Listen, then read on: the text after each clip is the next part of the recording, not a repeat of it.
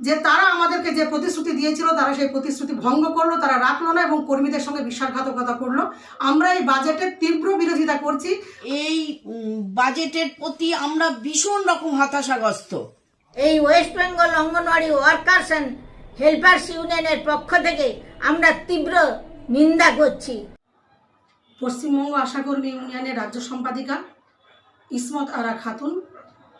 আমরা আজ সকলেই দেখলাম কেন্দ্রীয় সরকার তার বাজেট পেশ করেছে। অত্যন্ত দুঃখের সাথে আমাদের এই প্রতিক্রিয়া জানাতে হচ্ছে। আশাকর্মী এবং অঙ্গনওয়াড়ি কর্মী, একটা বিপুল সংখ্যক কর্মী যারা তাদের অক্লান্ত পরিশ্রম দিয়ে শিক্ষা, স্বাস্থ্য, খাদ্য, পুষ্টি সমস্ত ক্ষেত্রে যে পরিষেবাটা দিয়ে চলেছে, কেন্দ্রীয় সরকার তাদেরকে আয়ুষ্মান ভারত এই প্রকল্প স্বাস্থ্য বিমার আওতায় নিয়ে এসেছে। এটা আমাদের কাছে নতুন কোনো কিছু নয়। আমরা এই যে ঘোষণা, কেন্দ্রীয় সরকারের এই ঘোষণাকে ধিক্কার জানাচ্ছি। আমরা মনে করছি কেন্দ্রীয় সরকারের আয়ুষ্মান ভারত প্রকল্পে নিয়ে আসার এই যে ছল এবং চাতুরি, সেটা এই কর্মীদের স্বার্থ বিরোধী। আমরা যেটা চেয়েছি, বারবার করে আমরা চেয়েছি, আমরা কেন্দ্রীয় সরকারের কাছে গত 11ই ডিসেম্বর দিল্লিতে ধর্নায় গিয়েছিলাম এবং তারা আমাদেরকে প্রতিশ্রুতি দিয়েছিল, কথা দিয়েছিল। আমাদের দাবি ছিল যে অন্তত মাসিক ভাতা বাড়ানো হোক। কেন্দ্রের অধিষ্ঠিত সরকার তারা ক্ষমতায় আসার পরে থেকে আজ পর্যন্ত প্রায় কোনো কিছুই বাড়ায়নি, বরং তারা কাটেল করেছে বাজেটে। করোনার মতন অতিমারী পরিস্থিতিতে জীবন বাজি রেখে আশা কর্মীরা তাদের পরিষেবা দিয়েছে। শুধু বড় বড় অ্যাওয়ার্ড দিয়েছে, ফুল মালা তকমা দিয়েছে, হেলিকপ্টার থেকে মাথায় ফুল ছুঁড়ে দিয়েছে। কিন্তু একটা কর্মী বেঁচে থাকার জন্য তার ন্যূনতম যে বেতন ভাতা বাড়ানো দরকার, যে কর্মীর স্বীকৃতি দেওয়া দরকার, যে মর্যাদা দেওয়া দরকার, তার সরকার দিচ্ছে না। আর উল্লেখযোগ্য বিষয় হচ্ছে আয়ুষ্মান ভারত প্রকল্প।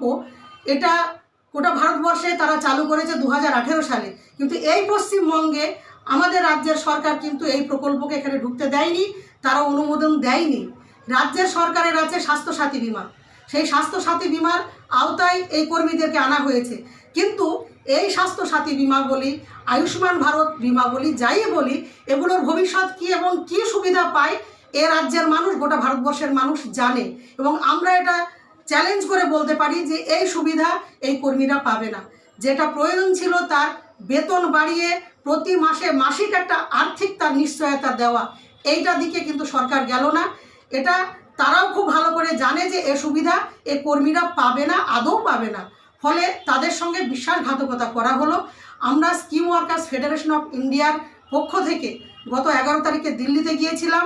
আমরা মনে করছি যে তারা আমাদেরকে যে প্রতিশ্রুতি দিয়েছিল তারা সেই প্রতিশ্রুতি ভঙ্গ করলো, তারা রাখলো না এবং কর্মীদের সঙ্গে বিশ্বাসঘাতকতা করলো।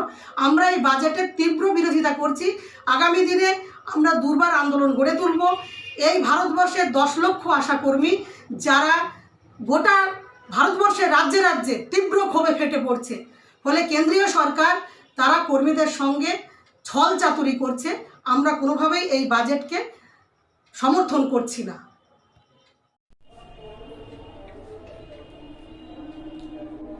আমরা আজকে শুনলাম কেন্দ্রীয় সরকার বাজেট পাস করেছেন, কিন্তু অঙ্গনওয়াড়ি এবং আশাকর্মীদের জন্য কিছুই করেনি। তাই এই যে আয়ুষ্মান প্রকল্প এইটাই করেছেন, এটা খুবই ক্ষতিকারক। কারণ বর্তমান রাজ্য সরকার এই আয়ুষ্মান প্রকল্পের কোনো কাজ করতে দেননি।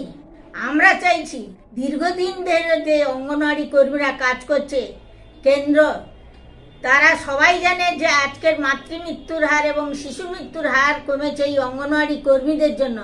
তারা নিজেদের জীবন বাজি রেখে সমস্ত মা শিশুদের পরিষেবা দেয়, কিন্তু তাদের জন্য কিছুই বাড়ানো হলো না। তাদের মাসিক বেতন বাড়ানোর কথা ছিল, কিন্তু এই সরকার কোনো মাসিক বেতন বাড়ালেন না।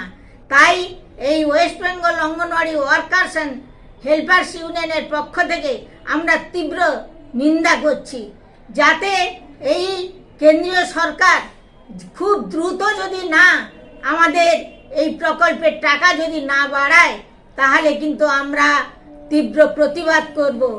তাই এই West Bengal anganwadi workers and helpers ইউনিয়নের পক্ষ থেকে রাজ্য সম্পাদিকা মাধবী পণ্ডিত।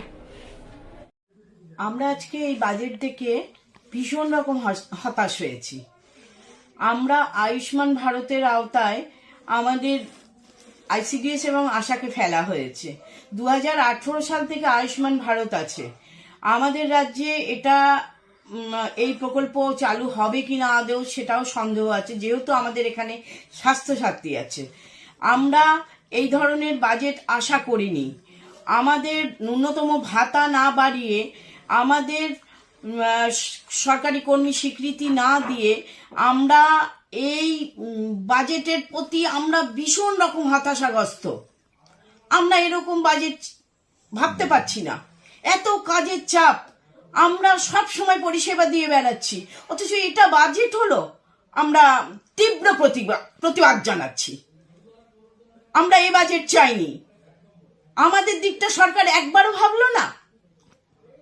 আমাদের স্থায়ী কর্মী স্বীকৃতি দেওয়া হোক, আমাদের ন্যূনতম ভাতাটা বাড়ানোর দরকার ছিল, সেটা না করে উনি আয়ুষ্মান ভারতের আওতায় আমরা বাঁচলে তবে তো আমাদের আয়ুষ্মান ভারত।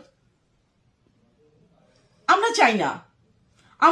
আমাদের স্থায়ী কর্মী স্বীকৃতি দেওয়া হোক, আমাদের বেতন বৃদ্ধি হোক, আমরা সেটাই দাবি রাখছি বারবার। আমরা এই বাজেটে ভীষণ রকম হতাশ হয়েছি।